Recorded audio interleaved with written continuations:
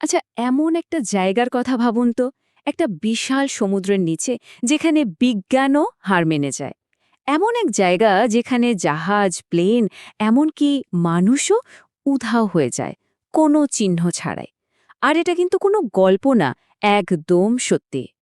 হ্যাঁ, আমরা কথা বলছি আটলান্টিক মহাসাগর নিয়ে, যার গভীর অন্ধকারে লুকিয়ে আছে পৃথিবীর সবচেয়ে ভয়ঙ্কর কিছু রহস্য। চলুন আজ সেই রহস্যের গভীরে ডুব দেয়া যাক। জানেন, পৃথিবীর সব মহাসাগরের মধ্যে আটলান্টিকের গল্পটাই কিন্তু সবচেয়ে আলাদা। সবচেয়ে বেশি কাহিনী, সবচেয়ে বেশি মৃত্যু আর সবচেয়ে বেশি রহস্য, সবকিছুর সাক্ষী এই সমুদ্র। আর এর ইতিহাস যত পুরনো ততটাই ভয়ঙ্কর। সেই প্রাচীনকালের নাবিকদের কথাই ধরুন না, তারাই সাগরকে বলতো সমুদ্রের দানব। তাদের বিশ্বাস ছিল এর গভীরে এমন কোনো এক অদ্ভুত শক্তি আছে যা সব কিছুকে গিলে ফেলে, মানে গ্রাস করে নেয়। রহস্যের শুরুটা কিন্তু সেই সময় থেকে, যখন প্রথম ইউরোপীয় অভিযাত্রীরা নতুন পৃথিবীর খোঁজে আটলান্টিকে পাড়ি জমায়। যারা কোনোভাবে ফিরে আসতে পেরেছিলেন, তারা এমন সব ভয়ঙ্কর অভিজ্ঞতার কথা বলতেন, শুনলে অবাক হতে হয়। তাদের কম্পাসগুলো নাকি হুট করে কাজ করা বন্ধ করে দিত। আকাশে দেখা যেত অদ্ভুত সব আলো, আর অনেকেই তো আর কখনোই ফিরে আসেননি। আর আটলান্টিকের সব রহস্যকে যদি এক জায়গায় করা হয়, তাহলে যে নামটা সবার আগে আসে সেটা হলো বারমুডা ট্রায়াঙ্গেল। আটলান্টিকের সবচেয়ে ভয়ঙ্কর, সবচেয়ে কুখ্যাত অংশ। চলুন তো দেখি এই জায়গাটা ঠিক কিভাবে রহস্যের কেন্দ্রবিন্দু হয়ে উঠল। ফ্লোরিডা, বারমিউডা আর পুয়ের্তো রিকো, ম্যাপে এই তিনটা জায়গাকে যদি একটা লাইন দিয়ে যোগ করা হয় তাহলে একটা ত্রিভুজ তৈরি হয়, তাই না? আর এই ত্রিভুজটাই হলো বারমিউডা ট্রায়াঙ্গল, পৃথিবীর অন্যতম রহস্যময় একটা জায়গা। এই এলাকার সাথে তো কত ঘটনাই জড়িয়ে আছে, তবে সবচেয়ে বিখ্যাত আর সবচেয়ে শকিং যে ঘটনাটা, সেটা হলো ফ্লাইট 19-এর উধাও হয়ে যাওয়া। এই একটা ঘটনাই রহস্যটাকে যেন অন্য মাত্রায় নিয়ে গেছে। সময়টা ছিল ১৯৪৫ সাল। ইউএস নেভির পাঁচটা বোমারু বিমান একটা সাধারণ ট্রেনিং মিশনে বেরিয়েছিল। হঠাৎ তাদের শেষ রেডিও কলে শোনা গেল একজন পাইলটের আতঙ্কিত গলা, এখানকার সবকিছু কেন যেন অদ্ভুত লাগছে, আমাদের কম্পাস কাজ করছে না। এরপর এরপর শুধুই নিস্তব্ধতা। ওই ৫টা প্লেন আর কোনোদিনও খুঁজে পাওয়া যায়নি।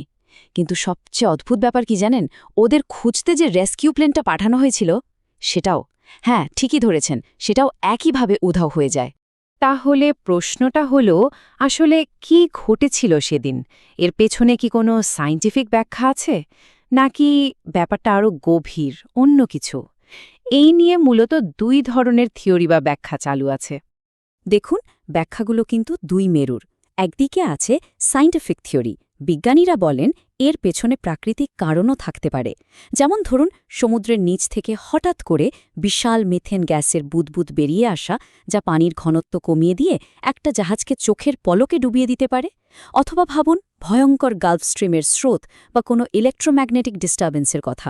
আর অন্যদিকে আছে সুপারন্যাচুরাল বা অলৌকিক থিওরি, মানে টাইম পোর্টাল, ইউএফও, এলিয়েনদের গোপন আস্তানা, এইসব আর কি। কিন্তু একটা বড় প্রশ্ন তো থেকেই যায়, তাই না? আচ্ছা, মেনেই নিলাম যে কোনো প্রাকৃতিক কারণেই দুর্ঘটনাগুলো হয়েছে, কিন্তু তাহলে সেই প্লেন বা জাহাজগুলোর কোনো ধ্বংসাবশেষ, কোনো ব্ল্যাক বক্স, একটা ছোট্টখাটো টুকরো, কিচ্ছু কেন পাওয়া গেল না? এই একটা প্রশ্নই কিন্তু সব বৈজ্ঞানিক ব্যাখ্যাকে চ্যালেঞ্জ করে বসে। যারা অলৌকিক তত্ত্বে বিশ্বাস করেন তাদের যুক্তিগুলো কিন্তু বেশ ইন্টারেস্টিং। তারা বলেন আটলান্টিকের আকাশে নাকি প্রায়ই অদ্ভুত নীল আর লাল আলো দেখা যায়। রাডারে মাঝে মাঝে এমন বিশাল সব ছায়া ধরা পড়ে যার কোনো ব্যাখ্যাই মেলে না। তাদের ধারণা এগুলো আসলে ইউএফও, আর এলিয়েনরা নাকি সমুদ্রের গভীরে গোপন ঘাঁটি বানিয়ে রেখেছে, আর এই এলাকার অদ্ভুত তড়িৎচুম্বকীয় শক্তিকে তারা কাজে লাগায়। তবে রহস্যটা কিন্তু শুধু আকাশে ভেসে থাকা ইউএফও বা সমুদ্রে হারিয়ে যাওয়া জাহাজের মধ্যেই আটকে নেই। অনেকে বিশ্বাস আটলান্টিকের গভীরতম অন্ধকারে লুকিয়ে আছে আরও বড়, আরও পুরনো এক সত্যি, এক হারিয়ে যাওয়া সভ্যতার গল্প। সেই বিখ্যাত গ্রিক দার্শনিক প্লেটোর কথা মনে আছে? তিনি একটা অসাধারণ উন্নত সভ্যতার কথা লিখেছিলেন, আটলান্টিস। বলা হয় অসম্ভব উন্নত একটা দ্বীপ, যা কিনা মাত্র এক রাতে সমুদ্রের নিচে তলিয়ে যায়। আর অনেক গবেষকই মনে করেন সেই হারানো আটলান্টিস হয়তো এই আটলান্টিকের গভীরেই কোথাও ঘুমিয়ে আছে। আর এই ধারণাটা কিন্তু শুধু কল্পনা নয়। ইদানিং কিছু আবিষ্কার এই থিওরিকে আরও জোরালো করছে। বিজ্ঞানীরা সোনার ব্যবহার করে সমুদ্রের নিচে এমন সব কাঠামো খুঁজে পেয়েছেন যা দেখে মনে হয় মানুষের তৈরি। প্রাচীন মন্দিরের মতো দেখতে ধ্বংসাবশেষ, অদ্ভুত সব গর্ত, আর সবচেয়ে অবাক করা ব্যাপার হল ওই সব এলাকায় গেলে কম্পাস বনবন করে ঘুরতে থাকে, জিপিএস কাজ করা বন্ধ করে দেয়। সুতরাং ব্যাপারটা কি দাঁড়ালো? এত টেকনোলজি, এত গবেষণা, সবকিছুর পরেও আটলান্টিক মহাসাগর আজও একটা জীবন্ত রহস্য হয়েই রয়ে গেছে। এটা ভাবতেই কেমন অবাক লাগে, তাই না?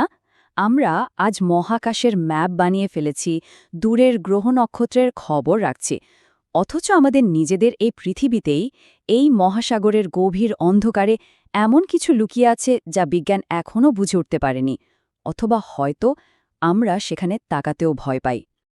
এজন্যই আটলান্টিক শুধু একটা বিশাল জলের ভাণ্ডার নয়, এটা একটা জীবন্ত রহস্য। এর প্রত্যেকটা ঢেউ যেন আমাদের দিকে একটা করে নতুন প্রশ্ন ছুড়ে দেয়, আর মনে করিয়ে দেয় আমাদের জ্ঞান কতটা সীমিত। হয়তো কোনো একদিন আমরা এই সব রহস্যের উত্তর খুঁজে পাব।